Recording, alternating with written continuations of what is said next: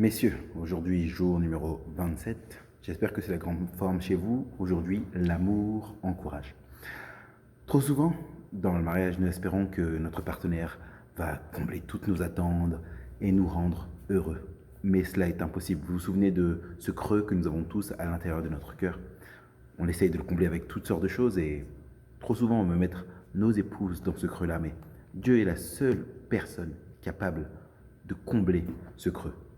Et en plus, nos attentes sont complètement irréalistes. On met des attentes complètement irréalistes sur notre conjointe, ce qui entraîne simplement de la frustration et de la déception. On attend qu'elle soit toujours fraîche, toujours apprêtée, toujours disponible pour répondre à toutes nos envies.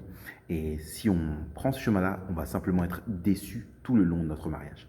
Par contre, si on garde à l'esprit qu'elle est humaine, imparfaite et qu'elle a ses humeurs, comme tout le monde, on sera ravi lorsqu'elle va se montrer plus disponible, plus douce et aimante.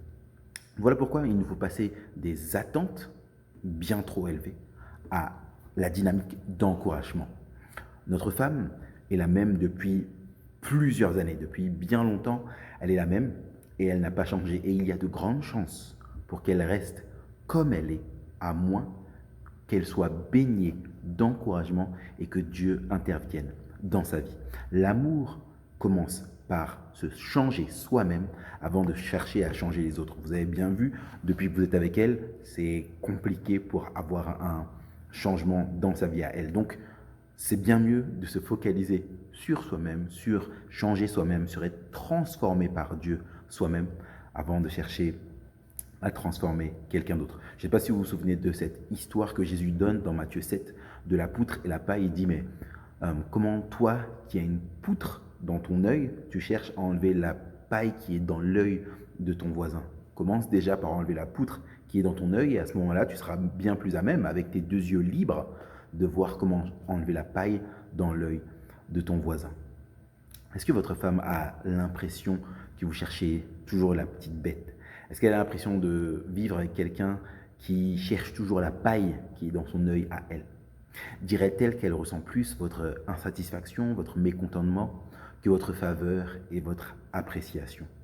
Peut-être que vous répondrez à cela, oui, mais le problème vient d'elle. S'il y a beaucoup de domaines sur lesquels elle ne gère pas, pourquoi ce serait vous qu'on devrait blâmer? Pour qu'un couple fonctionne, il faut que les deux fassent le maximum, n'est-ce pas? Elle pense que je la critique trop, mais en fait, il faut qu'elle réalise que ce que je dis, c'est la vérité. Moi, je suis pas parfait, mais dans un couple, il faut qu'on se dise les choses qui vont pas et tout ça et tout ça. Le problème, c'est que personne ne répond avec joie aux critiques qui lui sont adressées. Lorsque votre femme voit clairement que vous êtes mécontent d'elle, que ce soit parce que vous lui avez rabâché vos critiques 10 000 fois ou bien à l'inverse, que ce soit parce que vous ne parlez pas du simplement, c'est le silence total, vous ne dites rien mais vous n'en pensez pas moins, ça lui est difficile, voire impossible d'être motivée. Elle sera tout simplement découragée, elle sera à plat. Pourquoi ne pas faire preuve de grâce, comme on a déjà donné la définition? Pourquoi ne pas lui donner à votre femme ce qu'elle ne mérite pas, du moins selon vous? Le mariage, c'est cette invention de Dieu où deux personnes complètement imparfaites vivent ensemble et s'encouragent l'une l'autre pour aller plus loin. La Bible nous dit, encouragez-vous les uns les autres, donnez du courage à ceux qui n'en ont pas beaucoup, soutenez les faibles, soyez patients envers tous. Peut-être que votre femme vous avait déjà dit plus d'une fois que vous la faites vous sentir abattu et découragé. Prenez l'engagement de chaque jour renoncer à vos attentes irréalistes et de devenir le plus grand supporter de votre épouse. Vous verrez que l'amour qu'elle va recevoir va la transformer avec le temps. C'est le challenge d'aujourd'hui. Éliminez le poison des attentes irréalistes dans votre mariage. Pensez à un domaine où votre femme vous a déjà dit que vous en attendez trop d'elle. Dites-lui que vous êtes désolé d'avoir fait peser tant d'attentes sur elle et rassurez-la en lui disant que vous l'aimez telle qu'elle est. Le rapport, c'est celui-ci. Quand vous mettez la pression à votre femme pour qu'elle satisfasse vos attentes et que vous manifestez du mécontentement lorsque ce n'est pas le cas, qu'est-ce que cela révèle de vous? Quand vous mettez la pression à votre femme pour qu'elle satisfasse vos attentes ou que vous manifestez du mécontentement lorsque cela n'est pas le cas, qu'est-ce que cela dit de vous?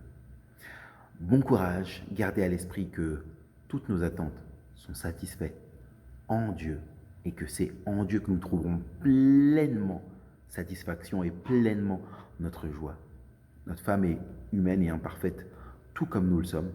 Donc, gardons à l'esprit que, tout comme nous ne satisfaisons pas pleinement ses attentes, c'est aussi normal qu'elle ne les satisfasse pas. Et d'ailleurs, elle n'a pas été prévue pour vous combler pleinement et parfaitement. Il y a une seule personne qui est en mesure de faire cela et c'est Dieu lui-même. Bon courage à vous et à demain si Dieu veut.